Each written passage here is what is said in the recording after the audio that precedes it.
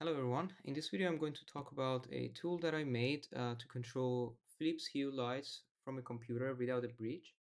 It connects to your light using Bluetooth, and then you can do things like turning it on and off, or change the color or turn on alarms.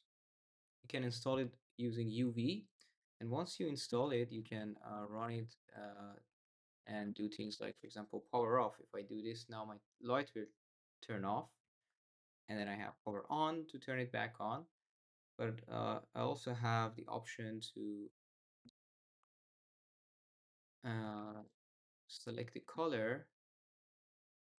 Oh, yeah, to select the color.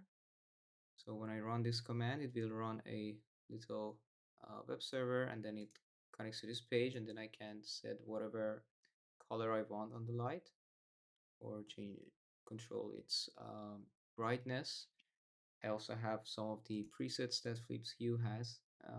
So these are the presets where the light goes into different colors and transitions through them.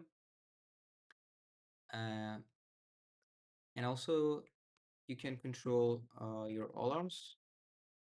You can list them. It has a JSON output. You can use it to write a script to turn on and off different alarms on different situations.